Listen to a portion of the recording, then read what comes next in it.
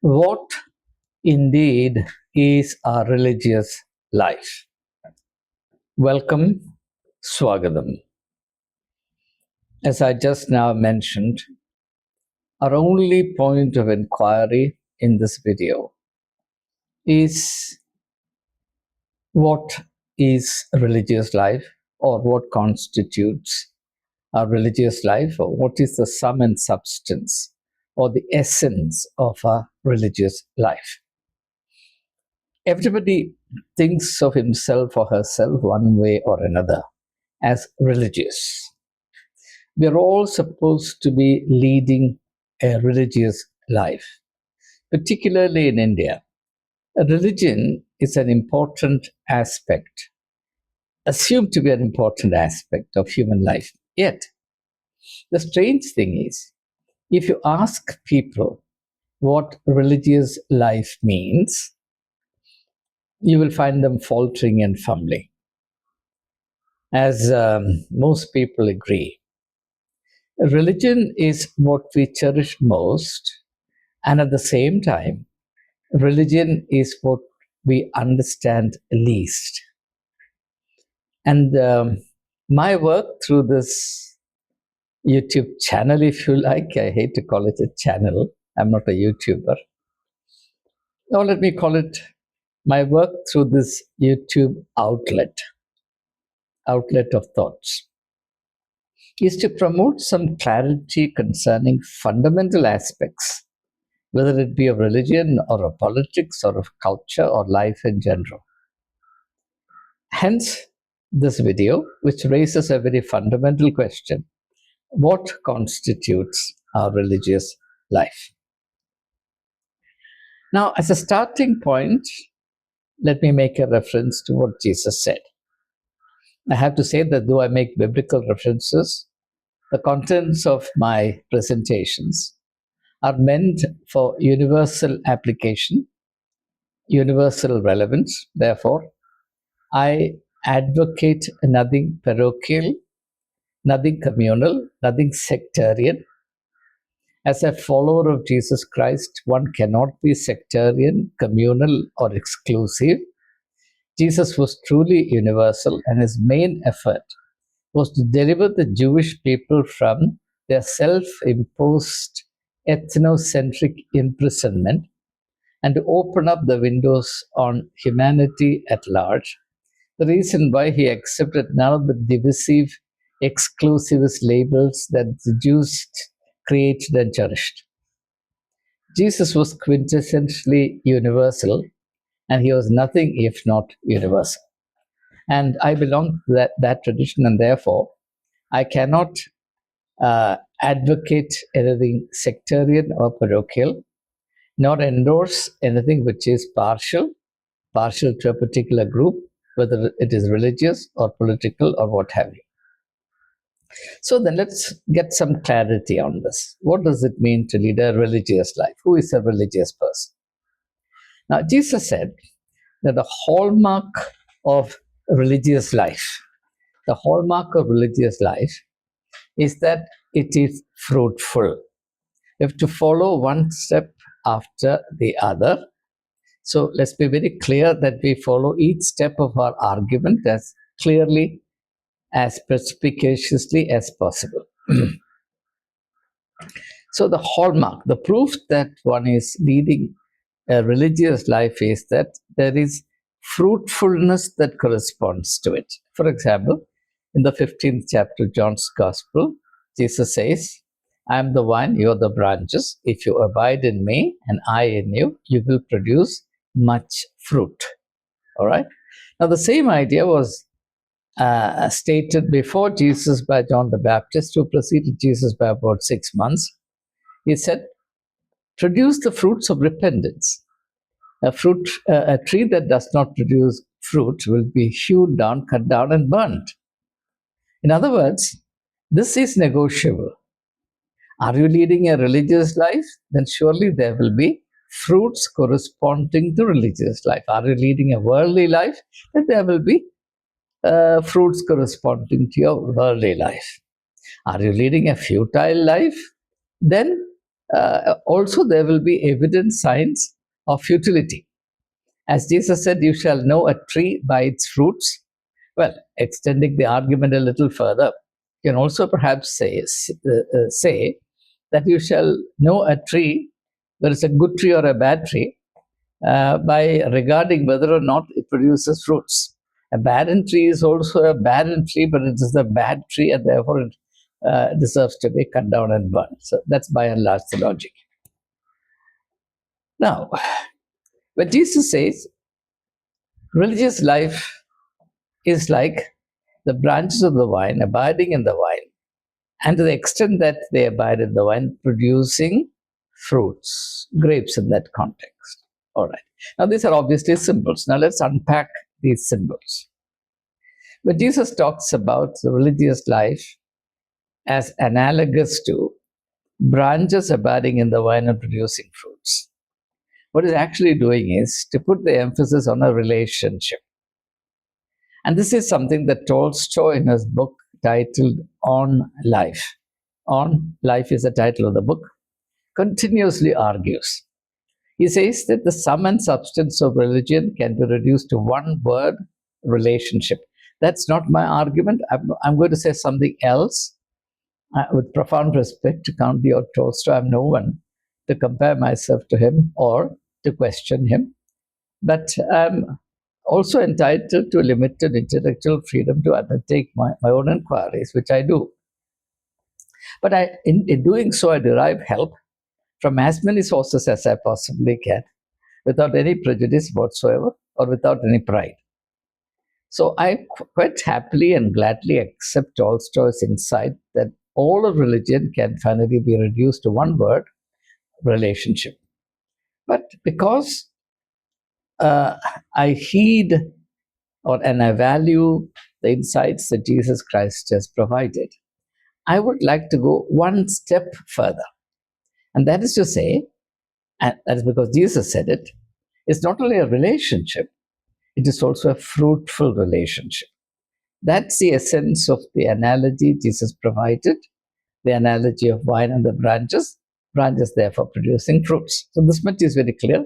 It is not only a relationship, but also a fruit-yielding relationship.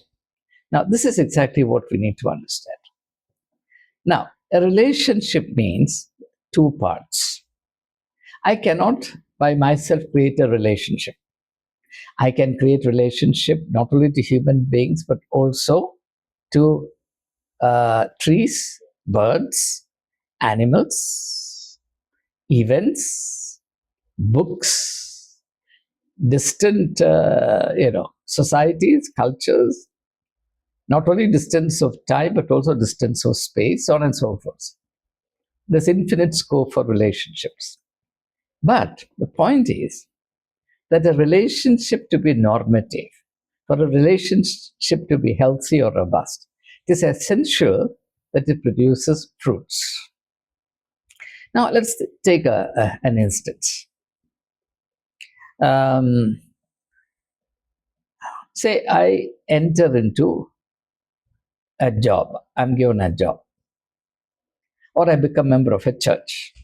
Let me take the familiar example of entering a job. I'm employed, so I enter my workplace. I join my workplace. So by accepting the appointment, I'm entering into a relationship with the workplace. Now, the workplace is an entity. It has many parts, but it works together. It constitutes a fairly well-coordinated entity. And I'm entering into a relationship with that entity called workplace. There are two ways, at least two ways, if not three, in which I can do so. One is to say that this place is significant to me only to the extent that it helps me or enables me to earn a livelihood. So I'm interested in it only to the extent of earning a monthly income, which becomes my sustenance, my livelihood. And therefore, to the extent that that is my perception, that's my outlook, my relationship with my workplace will be reduced in scope.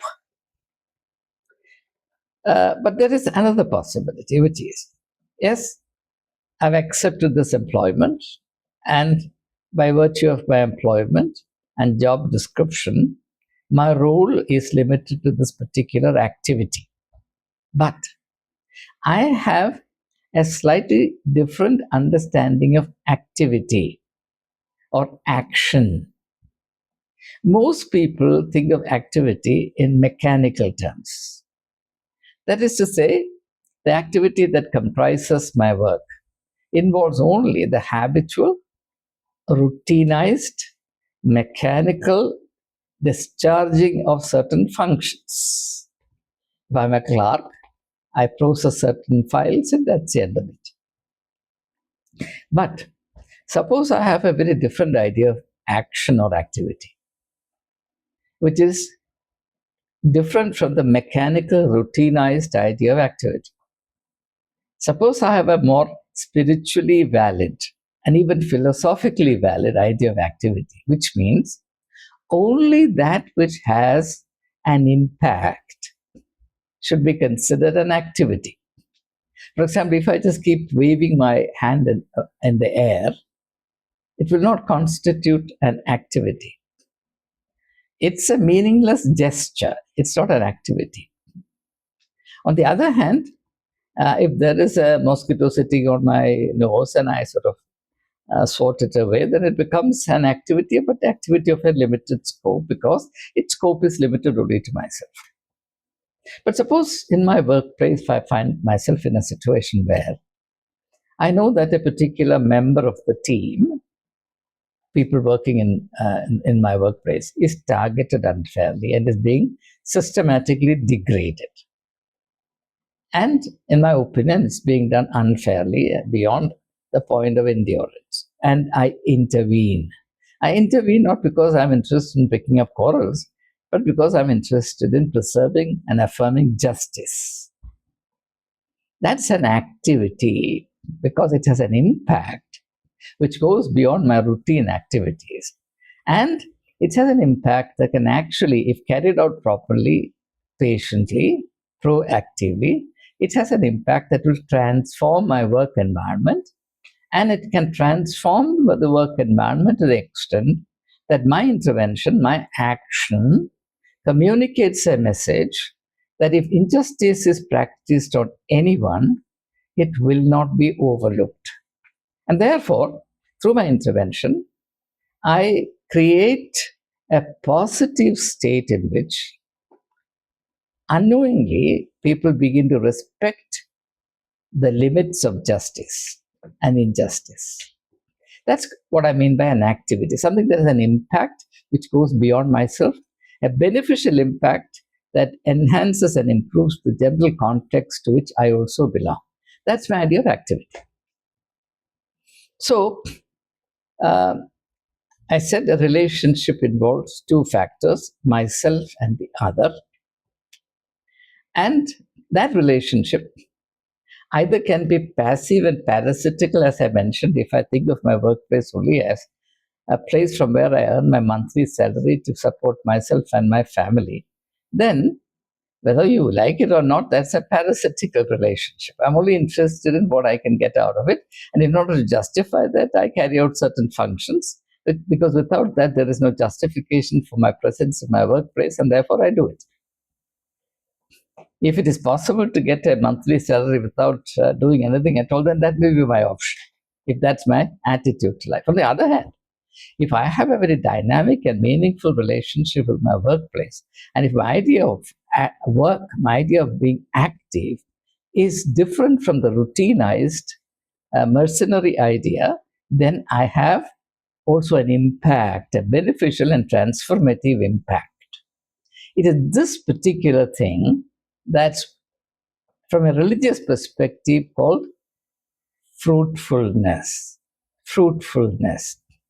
If I just carry out my routine activities, then I'm not fruitful. I merely justify my presence, my continuation there. I'm not fruitful. This is my understanding. And this understanding is derived from the teachings of Jesus Christ taken in their totality.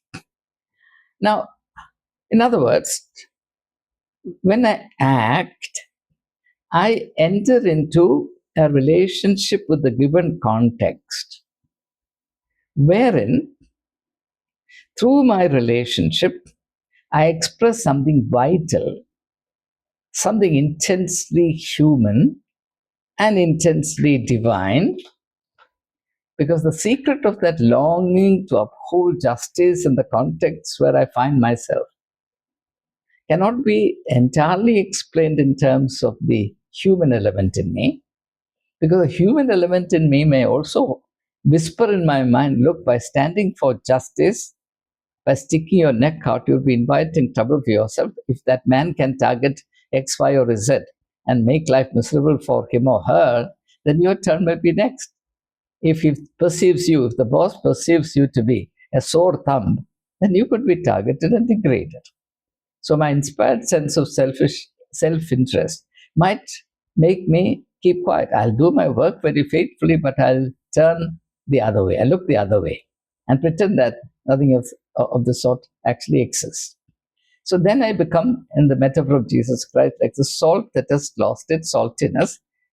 The salt that has its saltiness will make an impact, will make a difference for the better. That's the idea. So, in my relationship with the world, my relationship with the world means only the small context to which I belong. I'm not the president of a country, prime minister of a country. I'm not a Nobel laureate. I'm a very small person, but I do have a very small area of influence and responsibility where I can be an agent of influence for the better. Now look at the other option. Here I am the active agent and my context is the passive element. Now look at the other possibility.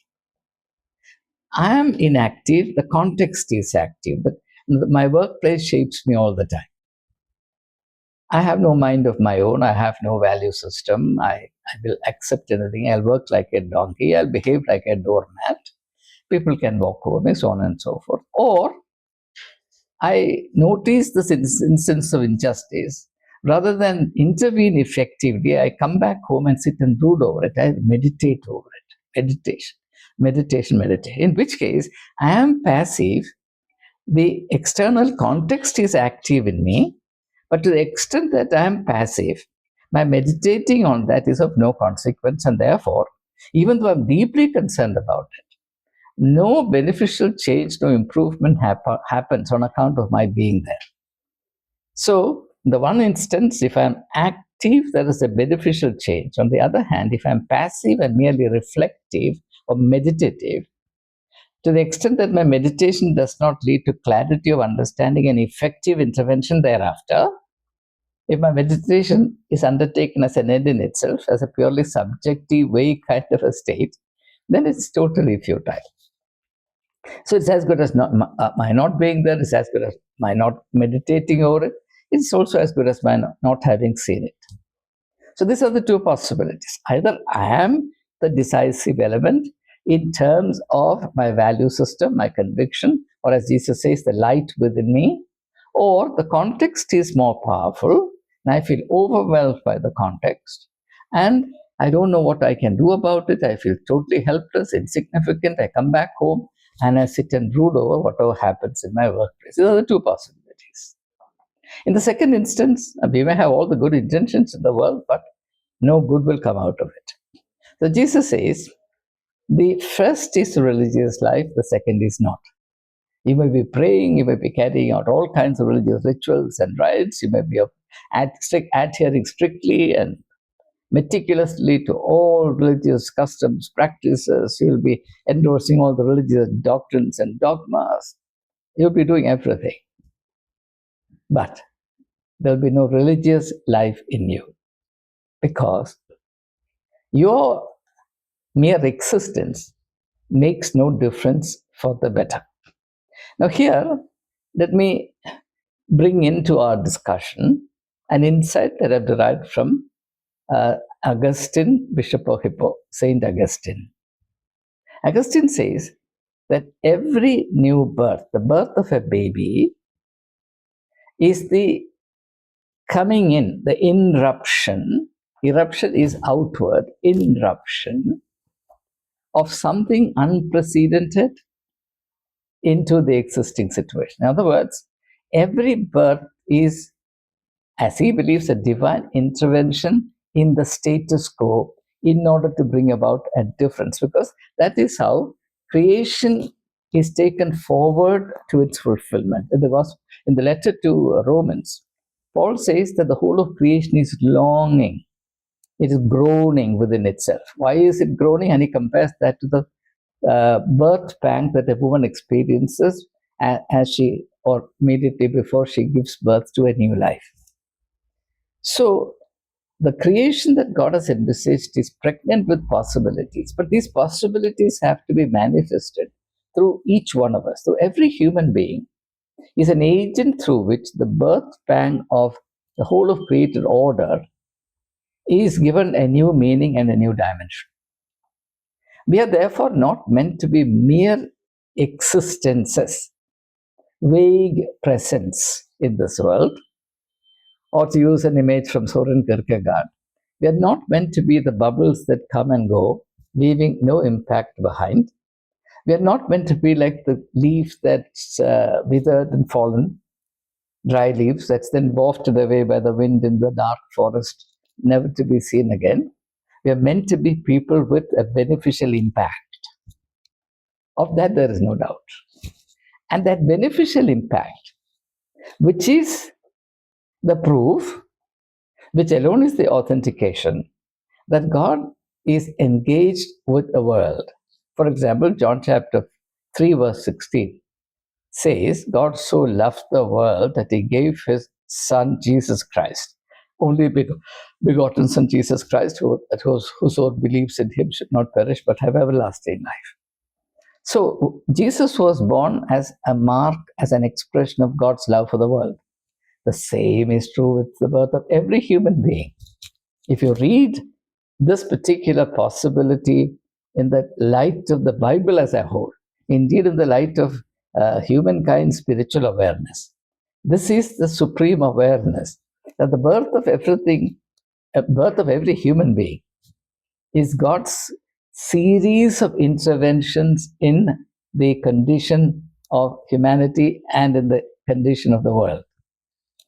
But to us is given the freedom either to respect it or to assume that such a thing does not exist and therefore we want to live the way we want. There is no higher nuances to our existence. And then we, as Tolstoy says, we live like animals. And then there is no scope for religion at all. The religious life does not even exist. And from such a position, it is quite easy to say there is no God, etc., etc. But a person who is mindful of this dimension, the scope of our presence and life in this world, will never say with any degree of conviction or sincerity or purpose that there is no God and that life has nothing to it except the biochemical processes and the series of absurd events or meaningless events that keep drifting all the time. Such a view of life to me is unthinkable. So this particular discussion enables us to come to some understanding about the essence of our religious life. And that essence, as Jesus clearly says, is fruitfulness. And I've given you a very simple explanation, and I'm offering it to you very tentatively, very timidly, if you don't mind. That this is the fruitfulness that must be associated with our religious life. And this is the reason why Jesus, in his teachings from start to finish, emphasizes our duty to act, our duty to do. For example, at the culmination of the Sermon on the Mount, Jesus says, Matthew chapter 7, verse 24, he who hears these words of mine and does them, is like the wise man who built his house on the rock. The conversation between Jesus and the expert in Jewish law ends on this note, and you find in the 37th verse of the 10th chapter of Luke's Gospel, Jesus says, go and do likewise. Go and do likewise. Or when Jesus warns his disciples about the hypocrisy of the Pharisees and the Sadducees, he says, do as they tell you, but don't do as they do. Because even as they affirm God with their mouth, they deny God with their deeds. So don't do as they do. So doing is, and Jesus says, I've come to do the will of my Father in heaven. And doing the will of my Father in heaven is food and drink for me, so on and so forth. You will find this emphasis on doing in the teachings of Jesus Christ, directly or indirectly. For example, in the parable of the talents, the emphasis is on what makes the difference between good servant and bad servant is doing. Good servant, or the good servant, went and acted upon the talent entrusted to him. The bad servant went and hid it underground. So that's a problem. It's a real problem. In fact, this is the quintessence of our religious life. So no other proof, no other evidence is acceptable. The fact that you belong to a particular tradition and you're very proud of the tradition and you carry out all the rituals and practices, customs, etc. of the tradition most faithfully, and you donate very generously to your church, all these things are of no consequence whatsoever. What really decides the issue is whether or not you are fruitful, and I've given you a particular explanation of what fruitfulness means. And Jesus makes it very clear that there is no substitute for, and there is no alternative to this fruitfulness. But, and I have to say this, whether you like it or not, the problem with the priestly class is that they invent a fake and fraudulent alternative to this religious life and mislead the people into believing that you don't have to do anything, you don't have to have an impact on the context in which God has placed you. You can be the salt without its saltiness. You can be the light hidden under the bushel. That's all fine. All you have to do is to comply with our instructions and to carry out our will and adhere to the practices, the rituals and rites that we conduct. Come to church on Sundays, participate in all these things that we preside over. Do as we tell you. It doesn't matter what the world outside is. It doesn't matter what kind of a personality you are. It doesn't matter whether or not there is substance to your life or not. All you have to do is to conform to certain practices to which we attach absolute significance. And therefore, mere conformity, Christianity has been reduced to a caricature of itself by equating it with mere conformity. And the consequences are there for all to see. The more religious you are in the priestly sense of the term, the more pathetic and empty and shallow you become on account of it. And it's such a terrible tragedy. And from the perspective of religious life, you are a big zero, big zero. But for the time being, it's hard for people to realize the truth of this because they have known nothing else. From their birth onwards, their mind has been regimented and formatted entirely in relation to the priestly disorientation of our religious life. And therefore, they think that that's the ultimate thing, that's the only norm. Whereas Jesus has taught us exactly to the contrary. And if you use Jesus's yardstick, only then you will realize that you're in a big problem. You're in a real big problem. It is because of this. It is because of the emptiness of our so-called religious life, which must not be called religious life, it should be called only church life, that when a person enters old age, and this is a theme that I have dealt with earlier also, I find increasingly people, almost everyone, entering the threshold of old age, becoming worried, nervous, anxious about what's going to happen particularly after death, etc., life after death. Why? Because it's at that point in time that people begin to realize that They were leading an empty life, barren and fruitless life, and that it cannot have any affirmation regarding life beyond death. And therefore, no matter how hard you try to console them, irrespective of whatever you may say, in order to give them some solace, some hope, they cannot accept the hope that you provide, because the hard and incontrovertible evidence of the futile existence that they led, mistaking it all the while for religious life, because unfortunately of the training and the formatting of their mind that happened, they mistook their life, they wasted it. And now as they enter the old age, the night is already coming upon them. It's far too late. And this tragedy I find burgeoning everywhere. More and more people, the more elderly people I meet, listen to, encounter, the more I'm convinced that this is a universal tragedy and this is an avoidable tragedy, and keeping quiet about it is a crime against humanity, and we must understand the logic of it.